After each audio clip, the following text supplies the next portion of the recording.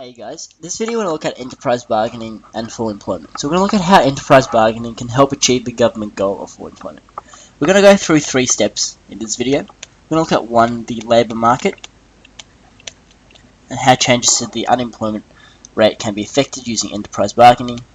2, we're going to look at the short run effects. And lastly, we're going to look at the long run effects. So this is, the first part we're going to look at is the labour market. And this is very graph oriented. So we're going to look at this in both nominal terms and in real terms. So real being where the wage is taken into account, inflation is taken into account of wages, whereas nominal is just the actual price or the income earned from wages. So as we know, we have quantity in the x-axis, but instead of quantity we're just going to call this employment, or L, or the supply of labour, or the quantity of labour supplied. And in the y-axis we have the wage, or the price, which we're going to denote W. And in the real terms we're going to divide this by the general price level, so we're taking into account inflation. The supply curve of labour is upward sloping, because the supply, as the wage or the average wage increases, then therefore the people who are willing to supply their labour increases. And that comes back to incentive issues. As incomes increase, or the average income increases, then more people are willing to supply their labour to the market. So the supply of labour is upward sloping. The demand for labour is downward sloping, and this is what we call as the value of the marginal product of labour. The value of the marginal product.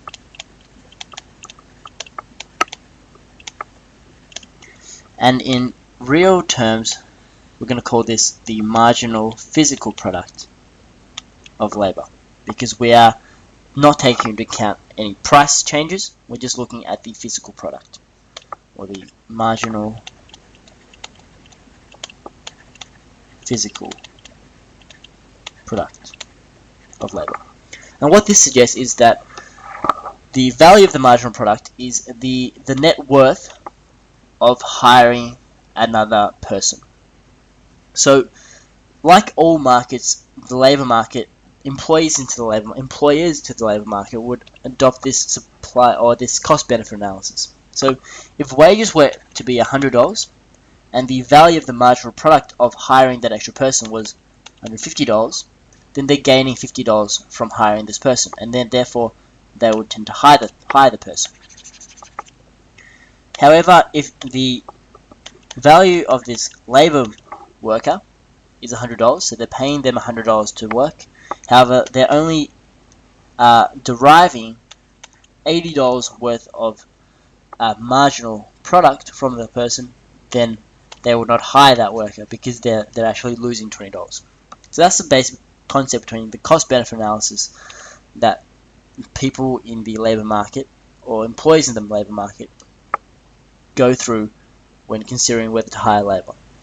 So the value of the marginal product, so how much the extra output is worth for every increase in every unit of labour, versus the actual output relative to the actual wage, or the real wage. So that's determined by the demand curve. So businesses would only hire labour if the value of the marginal product exceeds the wage. And same with the marginal physical product exceeding the real wage. So as we can see, the market will be at equilibrium in both cases. Here, I'm just going to denote this WPE for equilibrium and LE for equilibrium in both situations. LE and WE. And we're going to see how a change in the supply of labour, or enterprise bargaining, can help increase employment or decrease unemployment in both cases. So one way of shifting the demand curve of labour to the right is to increase the effectiveness of labour. So when the value of the marginal product, or the marginal physical product of labour, increases, then firms would have greater incentive to hire workers, because they're getting more output from these workers relative to the input. So with enterprise bargaining, productivity is tied with wages.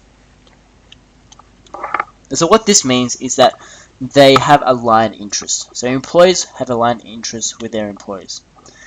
So when they increase their productivity, that would result in a increase in their wage. And this is reflected in this graph by a shift to the right of the demand curve of labor, or the value of the marginal product of labor. So as we can see, at every level of employment, we will see a higher level wage because the value of the marginal product of labor has increased from this point, L1, to VMPL2. So as a result, what we can see is that the unemployment rate, or the level of unemployment in the economy, increases from LE1 to LE2. But as a result, we can see that wages also increased from WE1 here to WE2. So as a result, although wages increase, we can see that unemployment decreases and employment rises. And we can apply the same logic here to the real graph.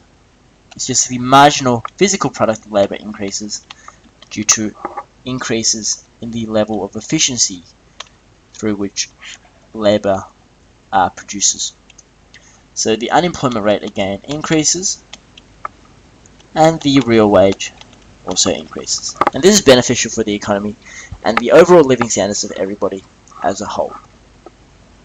So what does that suggest in the short run? In the short run, because this marginal physical product of labor, or the value of the marginal physical product of labor increases, it means that if firms are producing the same amount, if they're still producing 100 units, this means that they would require fewer units of labor to fulfill the 100 units. So to look at this in terms of a mathematical example, say everybody produced 10 units to start off with. They would hire 10 workers. However, if this increased to 20 units per person, they would only need 5 workers in the short run, assuming that demand doesn't change. So what happens now is that they would lay off 5 workers, because as the marginal physical product of labor increases, this means they need fewer workers. And that would cause, in the short run, structural unemployment. Another cause of structural unemployment in the short run is that because we are becoming more productive, some firms may be left behind. And this would cause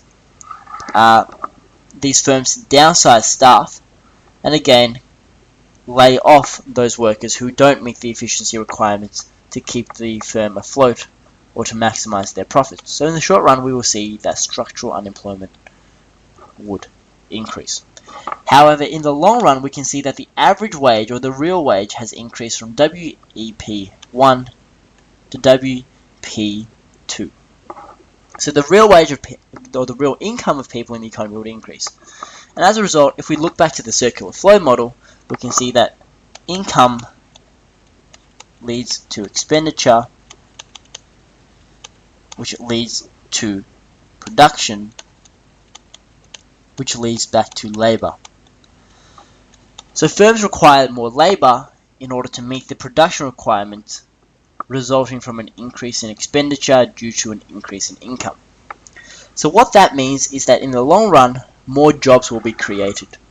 And in the long run, this suggests as more jobs are created, and as demand increases in the economy, and as the real income increases in the economy, that means more jobs, or unemployment rates, would decrease yet again. And we can see that the employment rate in the long run, in fact, increases from LE1 to LE2.